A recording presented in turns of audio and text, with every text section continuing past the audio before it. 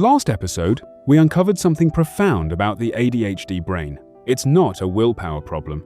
It's a developmental timing problem running roughly 3 years behind schedule in its executive network, with a dopamine system that underresponds to ordinary rewards. So when we say someone with ADHD struggles to focus, we're not describing a failure of discipline. We're describing a brain that experiences motivation, time, and reward in a fundamentally different way. But here's what we missed in that story. What if that different wiring wasn't a defect at all? What if it was once, for most of human history, exactly the right wiring for the world we lived in? In the late 1990s, a writer named Thom Hartman posed a question that quietly split the ADHD world in two. If this trait has existed for thousands of years, and the evidence suggests it has, then it didn't survive by accident. Natural selection doesn't preserve flaws, it preserves advantages. So, what was this brain actually built for? Hartman's answer was simple, elegant, and still controversial. He called it the hunter's brain hypothesis. For roughly 200,000 years, humans lived as nomadic hunter-gatherers. We didn't sit at desks. We didn't wait for crops to grow. We moved across landscapes, tracked prey for days, scanned for threats, and survived on whatever the environment threw at us. That world didn't reward steady, linear focus on a single repetitive task. It rewarded something else entirely. It rewarded the ability to spot the unusual movement in the grass, to switch targets instantly when the hunt changed, to hyperfocus on a single prey animal for hours while ignoring everything else, to mobilize a burst of explosive energy the moment a threat appeared, to be bored, restless, and easily distracted until something novel, urgent, or dangerous showed up, then to become utterly relentless. Now read that list again. Impulsive scanning, restlessness, hyperfocus under novelty, crisis-driven mobilization, difficulty with repetitive low-stimulation tasks. Suddenly, those don't sound like symptoms. They sound like a survival manual. And here's the thing, modern neuroscience has started catching up with what Hartman was intuiting. Researchers have found that the ADHD brain genuinely does allocate attention differently. It underweights routine stimuli and overweights anything novel, surprising, or emotionally charged. In a savanna, that's exactly the bias you want. The rustle in the grass matters more than the steady wind. The unexpected shape on the horizon matters more than the familiar tree line. The brain that gets bored easily and lights up at novelty isn't broken.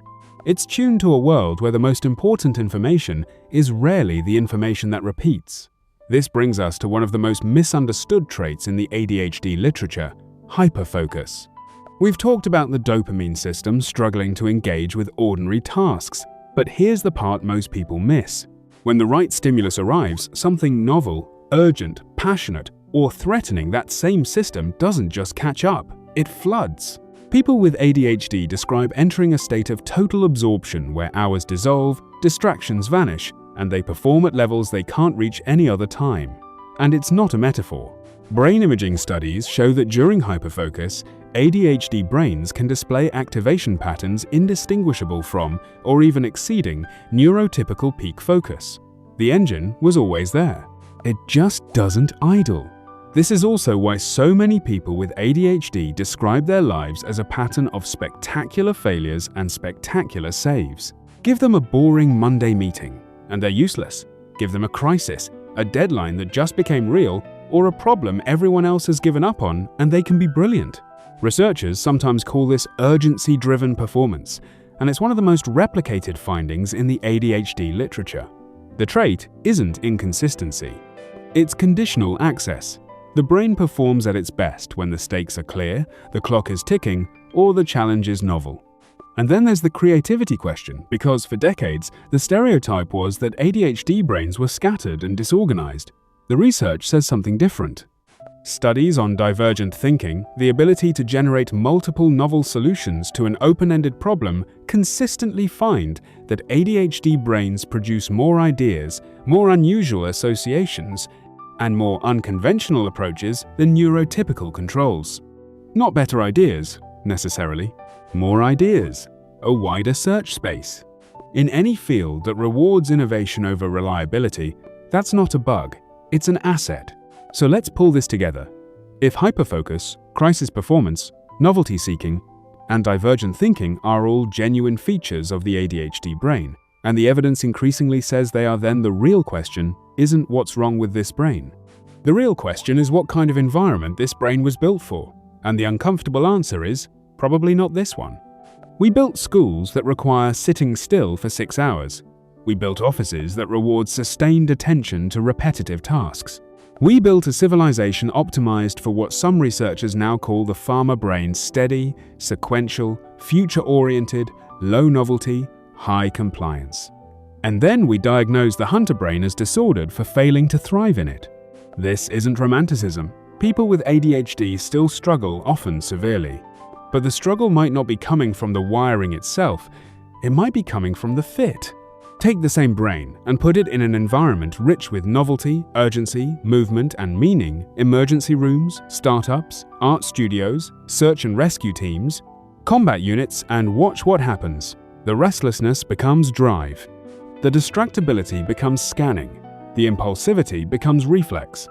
The hyperfocus becomes legendary. So before we move on, here's the reframe this episode leaves you with. The ADHD brain isn't broken, and it isn't superior, it's specialized. It's optimized for a world we no longer live in, but a world whose demands still echo through every deadline, every crisis, every moment when ordinary focus fails and extraordinary performance suddenly appears out of nowhere. We've spent 2 episodes understanding what this brain is. Now we know why it works the way it does. But there's one more piece of this story we've barely touched, and it's the piece everyone overlooks. Because the hunter brain doesn't just process the world differently, it feels the world differently. And in the next episode, we're going to walk into the storm that lives behind the symptoms, the emotional reality no one talks about when they talk about ADHD.